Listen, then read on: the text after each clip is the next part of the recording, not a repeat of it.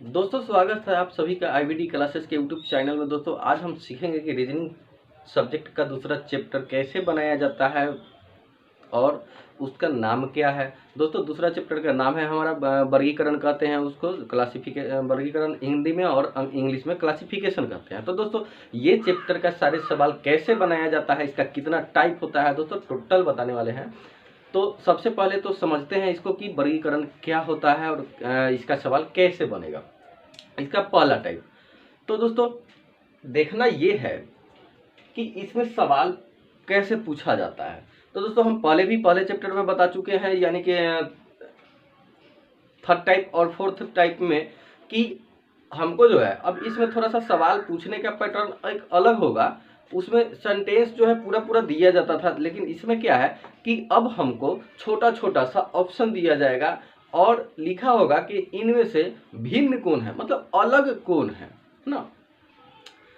चाहे वो शब्द हो, कोई अक्षर हो, कोई इंग्लिश का वर्ड हो, या फिर ये अक्षर का मतलब कि ABCD वाला अक्षर हो, कोई भी। तो इस टाइप से सारे सवाल हमसे पूछे जाएंगे। तो दोस्तों ये जो है हमको बनाने आना चाहिए और इसमें विशेष कुछ नहीं होता है। आपको समझिए कि एज ए मतलब उलझाया जाएगा, वही चीज को पूछा जाएगा जो आप जान रहे हैं ना। तो देखिए ये सवाल अभी तक तो आपको समझ में नहीं आ रहा होगा, लेकिन अब समझ में आ जाएगा।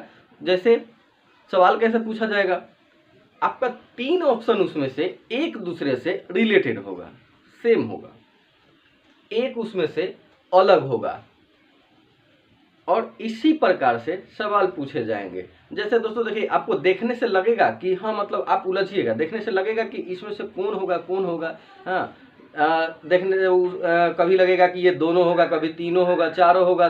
तो आप डिसाइड नहीं कर पाएंगे कि इसमें से आखिर होना क्या है, क्योंकि एग्जामिनर का थिंकिंग ये होता है कि हाँ परीक्षार्थी को जो है उलझा देना है। एक पर जब परीक्षा दीजिएगा तो कुछ यह सवाल इस तरह से भी होता है कि आप जब बनाने के लिए बैठे उसका लैंग्वेज लगेगा कि हाँ बहुत ही आसान है, हाँ, लेकिन जब बनाइएगा तो वो सवाल आपको पूरी तरह से उलझा देगा और वही सवाल जो है एग्जाम में टाइम बहुत खा जाता है और आप जो है असफल हो जाते हैं। तो दोस्तों देखिए ये सब सारी समस्या दूर हो जाएगा और यही चीज़ को समझाने का कोशिश करेंगे। जैसे देखिए आप अगर देखे होइएगा, अगर आप देखे होइएगा रामायण देखे होइएगा तो उसमें एक सीन है जिसमें बहुत ज़्यादा थोड़ा कठिनाई आई थी। जैसे कि ये राम जी जब बाली और बाली से मिले थे तो उस समय क्या हुआ था, सुग्रीव से मिले थे। जब राम जी सुग्रीव से मिले थे तो उस समय जो है सो बाली क्या करता था कि ये सुग्रीव पे जो है सो काफ़ी ज़्यादा अत्याचार करता था। तो जब राम जी से मिलने के दरमियान जब उसका बातचीत हुआ तो क्या हुआ था, आप देखे होइएगा कि किस तरह से राम जी जो है बाली को छुप करके तीर मारे थे, बाण मारे थे ना, जो जिसके कारण उसका मृत्यु हो गया था। तो उसमें क्या हुआ था, जब राम जी दोनों को जब युद्ध भूमि में जब भेजे थे तो क्या हुआ था, दोनों का एक ही शक्ल होने के कारण काफ़ी ज़्यादा कठिनाई हुआ। लेकिन दोस्तों ये इसलिए हुआ था क्योंकि वो दोनों एक ही माँ बाप के संतान थे, शक्ल सेम मिलता था। लेकिन दोस्तों ऐसा तो नहीं है कि हाँ 100% का 100% एकदम बिल्कुल ही सेम शक्ल मिलता था, नहीं, कुछ ना कुछ डिफरेंट जरूर होता है ना। लेकिन वो डिफरेंट आपको तब पता चलेगा जब आप उसको बारीकी से एकदम करीब से देखिएगा, तब पता चलेगा। जब आप दूर हैं तब पता नहीं चलेगा ना। तो इसलिए ये जो पहले दिन तो ये प्लानिंग पोस्टपोन हो गया था, फेल हो गया था बेचारा। ये जो है क्या सुग्रीव जी जो है बहुत पिटा के आ गए थे ना। तो दूसरे दिन क्या हुआ था कि राम जी उनके गले में जो है एक माला डाल दिए थे ना। वो किस लिए, क्योंकि अब देखिए अब यहाँ पर डिफरेंट है ना, अब तो डिफरेंट हो गया ना, चेहरा सेम है, कपड़ा सेम है, सब कुछ सेम है, यहाँ तक कि गदा भी सेम है। और एक ही डिफरेंट था, क्या था, उसके गले में माला था। दोस्तों दूसरी एग्जाम्पल ये है। तो इस तरह से जो है उनको समझ में आ गया था कि हाँ मतलब ये सुग्रीव है और ये बाली है, और वो उनका सटीक निशाना जो है वही जगह लगा था जहां पर वो लगा रहे थे। दूसरी चीज ये है, जब हम कोई कार्टून टाइप का पिक्चर देखते हैं, कभी कभी पेपर में देता है, अखबार में देता है कि उसमें कोई 10 कमी रहता है और देखने में आप देखिएगा ना तो एकदम सेम लगेगा। शायद आप भी इस टाइप के सवाल को हल किए होइएगा कि 2 पिक्चर होगा, एक में 10 कमी रहेगा, 5 कमी रहेगा और दूसरा दूसरा पूरा का पूरा सही रहेगा। अब कंपैरिजन कीजिए, किसी में सींग निकला हुआ रहेगा तो किसी में सींग नहीं निकला हुआ रहेगा, किसी का दांत दिखता हुआ रहेगा, किसी का दांत नहीं दिखता हुआ रहेगा, किसी के पास कोई पक्षी रहेगा, किसी के पास कोई पक्षी नहीं रहेगा, है ना। तो ये डिफरेंट होता है। तो इस टाइप के सवाल में कुछ ना कुछ डिफरेंट होता है और वही डिफरेंट को हमको खोजने का जरूरत होता है। तो देखिए अब आप समझ गए होइएगा। चलिए अब हम आते हैं सवाल पे। इसका पहला टाइप, वर्गीकरण का पहला टाइप जो है क्या होता है हमारा, देखिए इसका हम पहला टाइप करते हैं। किस प्रकार से सवाल पूछा जाएगा, जैसे कोई फल का नाम दे देगा, कहेगा कि निम्न में सबसे भिन्न कौन है, सबसे भिन्न कौन है, अलग कौन है। तो 3 एक ही जैसा होगा। कहने का मतलब है क्या कि अब देखिए सवाल पे आते हैं तो समझ में ज्यादा आएगा। हम यहाँ पे लिख देंगे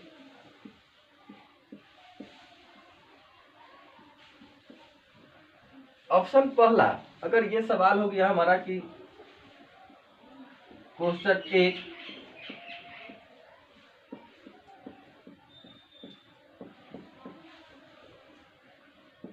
देखिए निम्न में से भिन्न कौन है। भाषा बनाने के लिए भाषा कुछ भी बन सकता है, 2 लाइन का भी हो सकता है, 3 लाइन का भी हो सकता है ना। देखिए पहला ऑप्शन दिया गया है हमारा आम, दूसरा जो ऑप्शन है हमारा बी, ये हो जाएगा अंगूर,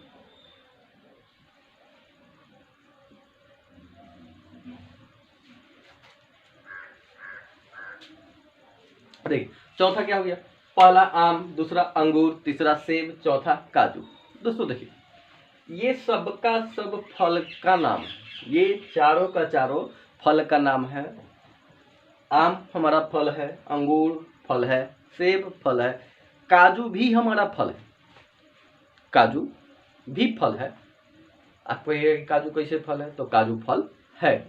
लेकिन ध्यान देने वाली बात ये है, और बड़ी देखिए बात ऐसा है कि ये जो चारों का चारों चीज है, ये चारों का चारों चीज खाने वाला ही है। तो खाने की अगर क्रम से, प्रक्रिया से, अगर खाने के व्यू से देखा जाए तो ये सारा का सारा खाने वाला चीज है। देखिए तो इसमें कुछ डिफरेंट हो रहा है नहीं, चारों का चारों खाने वाला है, वास्तव में है। आम ये हमारा फल है, अंगूर ये भी फल है, सेब फल है। लेकिन ये किस प्रकार का फल है ये देखना, ये किस प्रकार का फल है। तो दोस्तों देखिए कि ये जो फल है, आप कहिएगा कि भैया ये जो फल है ये सब कच्चा फल है, ये सब क्या है, कच्चा फल है। और काजू हमारा क्या है, सूखा फल है। क्या है काजू, सूखा फल है। तो अब आपको समझ में, अगर आप ऐसा कहते हैं तो आपको समझ में आ चुका है, क्योंकि सूखे हुए फल को ही हम क्या कहते हैं, हम लोग कहते हैं ड्राई फ्रूट। क्या कहते हैं, ड्राई फ्रूट का मतलब आपको पता है कि फल होता है, और ड्राई का मतलब क्या, सूखा हुआ।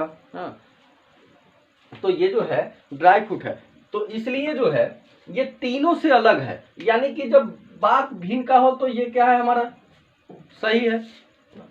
अब हम दूसरा एग्जाम्पल अगर लेते हैं, जैसे क्वेश्चन नंबर 2 है ना, क्वेश्चन नंबर 2 वो जो है क्वेश्चन कुछ हो, यहाँ मैटर देखिए, क्वेश्चन में मैटर कुछ बना दीजिए, वो तो डिपेंड करता है बनाने वाला पे। लेकिन सवाल जो आपसे पूछा जाएगा ना, जैसे दिया जाएगा कि कॉलम अनुपात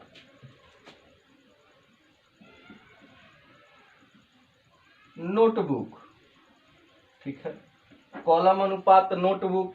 बी ऑप्शन जो दिया जाएगा उसमें आपको लिखा जाएगा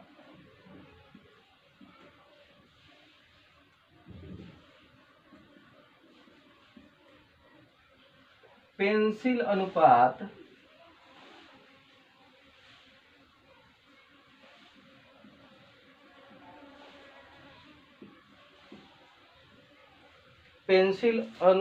नोटबुक सी में लिख दिया जाएगा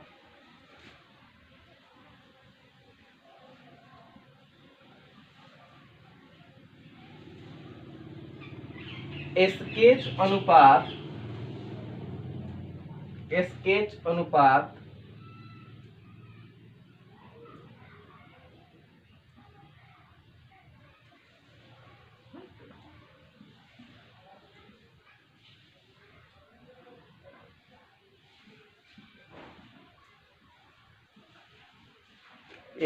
अनुपात ड्राइंग बुक और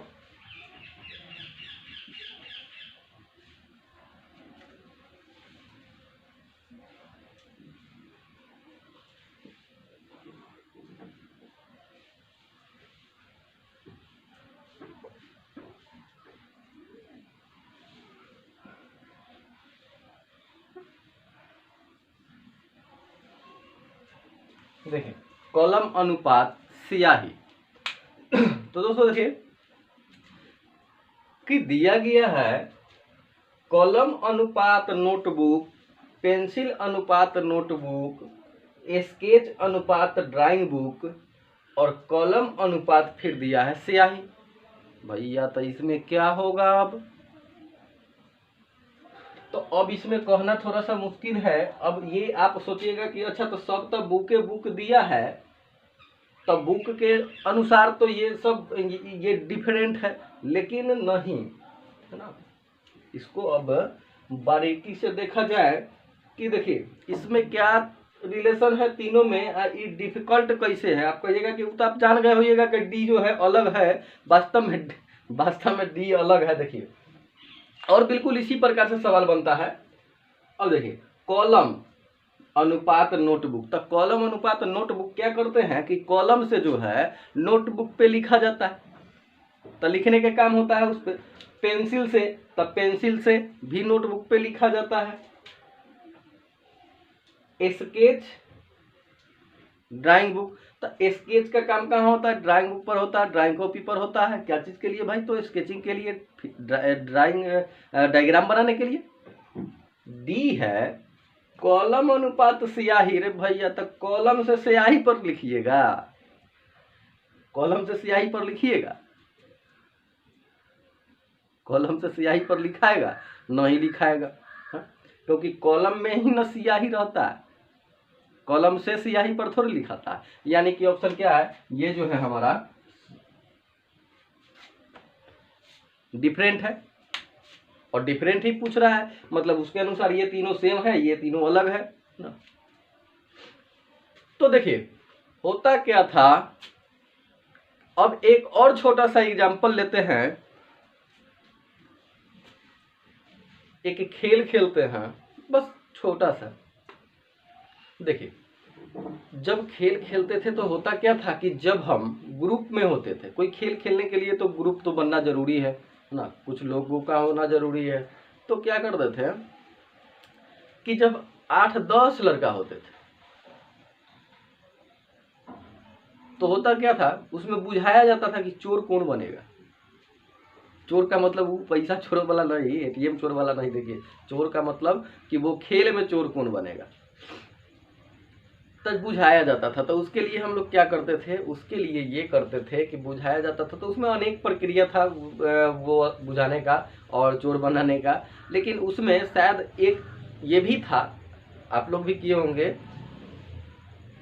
क्या था कि हम लोग हाथ जोड़ लेते थे और ऐसे ऐसे करके एक सलाई दो सलाई ऐसे बोलते थे, एक सलाई दो सलाई तीसरा बोले लफ सलाई, इस प्रकार से। कहने का मतलब कि ऐसे करते थे, कोई ऐसे रखता था ना, कुछ सीधा हाथ रहता था ऐसे, किसी का ऐसे उल्टा हाथ रहता था। तो देखते थे ये कि किस तरह के हाथ वाला का संख्या ज्यादा है। जिस तरह के हाथ वाला का संख्या ज्यादा रहता था तो वो निकल जाता था। अगर सबका अगर हाथ ऐसे है तो निकल जाता था, अगर एकाध गो का हाथ ऐसे है तो चोर बन जाता था।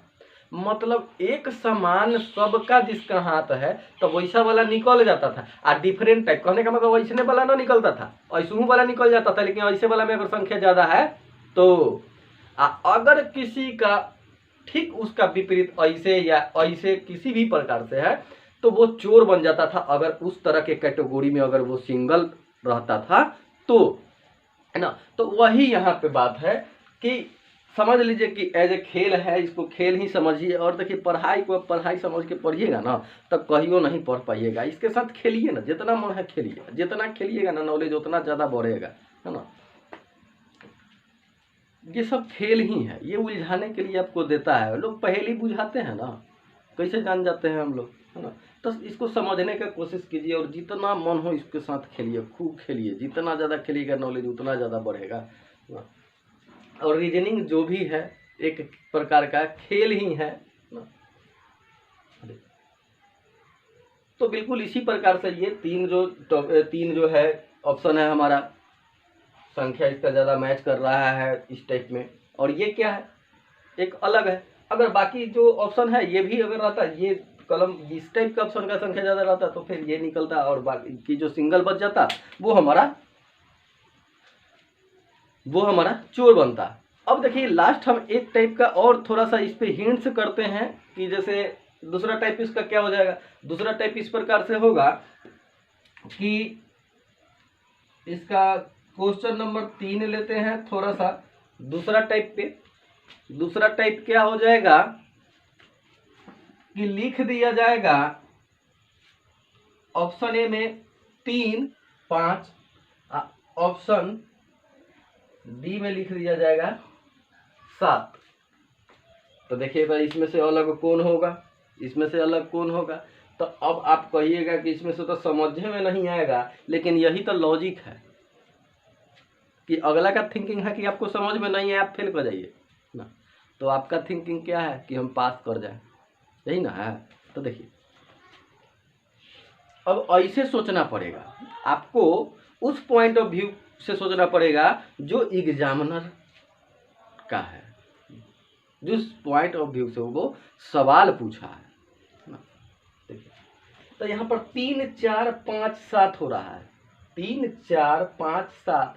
तो देखिए तो आप देखिएगा तो कहिएगा कि तो ए वो विषम संख्या है लेकिन ई सम संख्या है, ई विषम संख्या है, ए वो विषम संख्या है। अरे भैया तो ये ऑप्शन ए विषम संख्या है, सी विषम संख्या और डी विषम संख्या है। सम संख्या कौन है तो ई है, ऑप्शन नंबर बी, तो ये सही हो जाएगा, है ना।